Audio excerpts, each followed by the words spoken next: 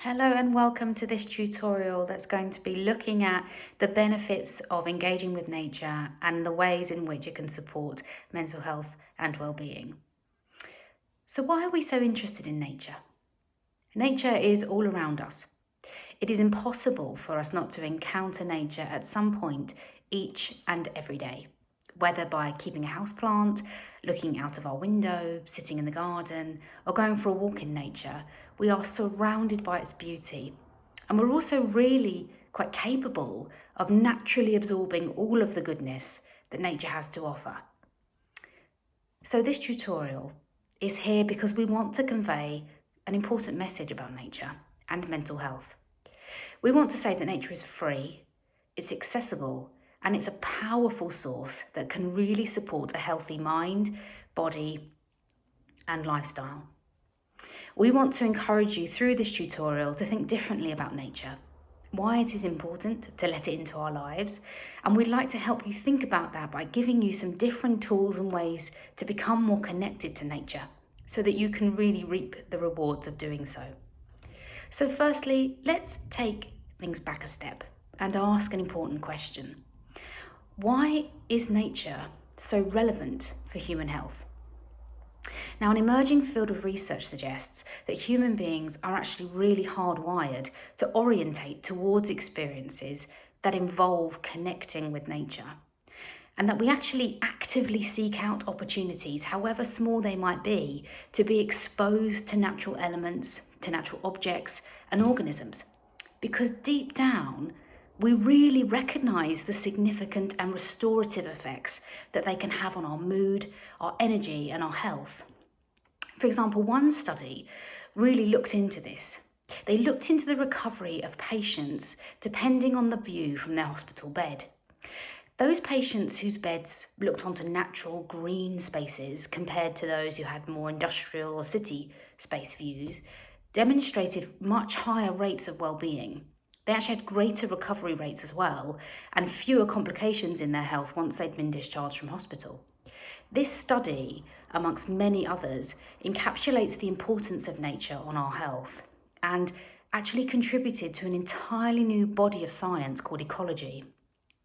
This looks at the way organisms, like you and me, interact with their environment and how this supports a complete ecosystem for us as human beings and for the natural environments in which we live to coexist and to support one another to thrive. This research has gone on even further to develop innovative therapies that look at nature, that look at involving practicing being in nature, and that support our ability to grow, to heal and recover. So what are we actually saying here? Nature is a remedy, it's a tonic, a treatment, a therapy? Well, yes, it's actually all of those things. It is something that as a human being, you already possess the tools to be able to access. You already know how to connect with it and utilize it to support your own health and well-being. So really, just by broadening your perception of nature and how it can help you could actually lead to more clinically significant changes that could support longer lasting health. So what tools do you have? And how could you use them to help you connect with nature? Now, before we talk about tools, I want to just address an important obstacle that can often prevent many of us from engaging fully with nature: avoidance. For many of us, and especially right now, the idea of going outdoors feels impossible. There may be physical constraints that limit your ability to get outside, or even the idea of being in nature may feel completely out of your comfort zone. Although it's not really within the remit of this tutorial to talk about how to overcome these feelings, we do want you to know that we recognise accessing nature is different for everyone. That means then we need to help you see the tools that you do have and can use so that you too can benefit from nature, whether you're indoors, outdoors, or somewhere in between. Let's look then at the tools you can use to connect with nature right now. Human perception. This is the first tool. The way that we think about nature strongly influences how we feel about being in nature. And if together the way we think and the way we feel about being in nature is quite negative, then we're much less likely to open ourselves up to opportunities to access it, and our behaviour towards being in nature becomes quite avoidant. In other words, we don't like going out. We don't like the cold. We don't like getting caught in the rain. We don't like it when it's hot. We don't like it when it's too dark. These ideas begin to build up beliefs about ourselves that prevent us from seeing and experiencing in ways in which nature can support us, help us, and even positively change the way that we behave, feel, and think. So our first tip is about honing in on your own perception of nature and being really honest with yourself about how this influences the way that you behave towards nature as well. The second tool we want to talk to you about is attention. This is about your ability to select, attend to, and concentrate on specific stimuli within your environment. The human brain has a dedicated region to support attention processing, the prefrontal cortex. Now that's right here, right at the front of your head, right at the front of your skull. It's filled with numerous neural pathways that support your ability to focus attention and process sensory information. This is really important because, as well as supporting attention, this part of your brain also supports cognitive processing, such as organisational skills and planning. It influences personality development too. It affects impulsivity, emotion control, and more complex behavioural adjustments as well, such as I can't do A until B happens. So the prefrontal cortex is really complex, but it's also a really, really important part of the human brain. So by using your tool of attention, which you have quite naturally, we all have it, if you can use this fully, you can sharpen these additional functional skills in the brain to support greater, more complete cognitive health. This has longer benefits as well, including improved concentration, mood regulation, and it can also reduce the risks of certain cognitive impairments such as stroke and dementia. So our second tip here is about fine-tuning that natural skill to focus your attention and doing that in such a way where you start to connect with nature and attend to the elements within it. For example, practicing mindfulness is a really positive way for you to start focusing on the present moment and the ways in which you can interact with nature. You can do this really simply, so by sitting by a window, on a park bench, or just anywhere that you find yourself, really quieten your mind of any thoughts that you may have there. Try to breathe deeply and just focus on what you can see and hear around you. Just focus on that mindfully, just for a few moments, and just recognize the difference in how you think and feel. This idea is about focusing your attention. This idea is about focusing attention in nature. This is your second tool. The third tool is about your senses. The human body contains millions of sensory receptors. These sit on the outer part of the human body, so on your skin, and they're connected to neural pathways in your brain within the sensory and the motor cortex. These influence how we experience things that we can see, taste, touch, hear. Not only that, but how we interpret them cognitively and how we respond to them, both emotionally and behaviourally. Our senses are really important because when we think about the tools that we have to be able to connect with nature, this is probably the most important one of all. Our senses are naturally heightened when we enter into nature. You may notice this yourself when you're outdoors, how perhaps you experience weather more dramatically, or you're more drawn to trees or interesting animals, or even how you pick up on sounds or smells more intensely. Remember when I said earlier on that your brain is hardwired to connect with nature? Yep, that's exactly what's happening here. Your brain is encouraging you to engage with and connect with nature. So just imagine if you took the additional step and engaged the way that your brain is encouraging you to. So when you see a tree full of birds, stop, look, take it in. When you feel the wind on your face, stop, take a breath. and connect with how restorative that feels.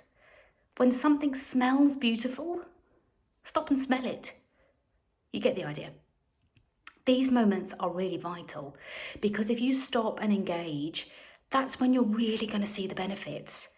Yes, enjoyment and pleasure. Yes, satisfaction. Yes, relaxation. But it's so much more than that. We see chemical changes in the brain too.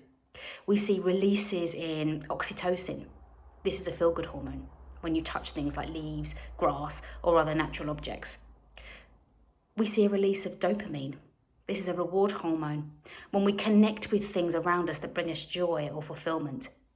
Using your senses more to observe and experience nature is going to do you the world of good.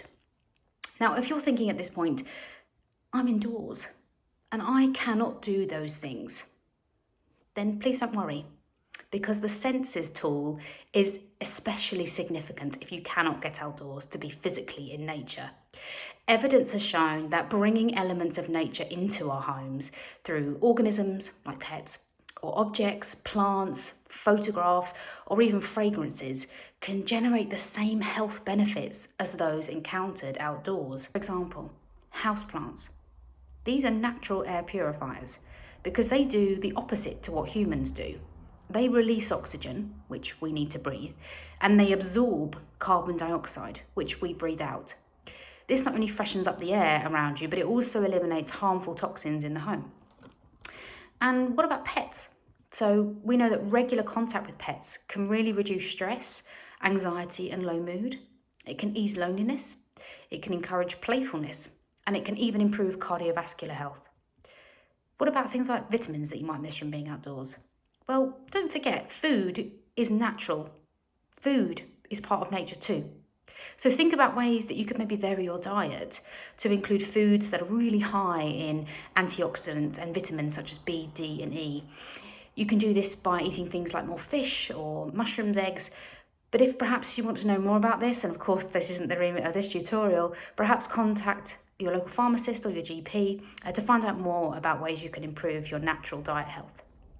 So this third tool then is about encouraging greater activation of your senses and increased connection to the signs and signals that your senses are giving you when you interact with nature. So how about the fourth tool? This one is ability to thrive. This tool is one that all human beings have, and it's about this idea of engaging in activities whilst being in nature. Because we know that this stimulates our minds, our bodies, it encourages greater socialization, it supports self-esteem and creativity, and it helps us to feel just a lot more grounded in ourselves as people. So finding ways to thrive in nature is perhaps, again, a really important tool. This is also a completely personal experience. It's based on your preferences, your interests, your skills and your hobbies. The idea really is that you engage in a focused task that involves being in nature or interacting with it. So this could be listening to birdsong, walking with a friend or on your own, taking photographs of nature, drawing or painting nature, collecting natural objects like shells, driftwood, feathers or crystals, or how about planting vegetables or gardening or floristry? Swimming is also being in nature, fishing, or playing sport outdoors, cooking outdoors. I mean, honestly, the ideas are endless. Anything that you can think of that you really like doing, think about whether you could just try it outdoors. I mean, if you're indoors, that could work too. But maybe just think about how you can bring some of those outdoor ideas in and really enjoy them when you're at home. For many, many more ideas about ways to thrive in nature, included with this tutorial is a free resource pack from the Mental Health Foundation that you can download and keep to help you continue thriving in nature for years to come. Now, throughout this tutorial, we have talked about why nature is important and the many different ways that we can use the tools that we already have to engage with and connect to nature more fully to support our mental health and well-being.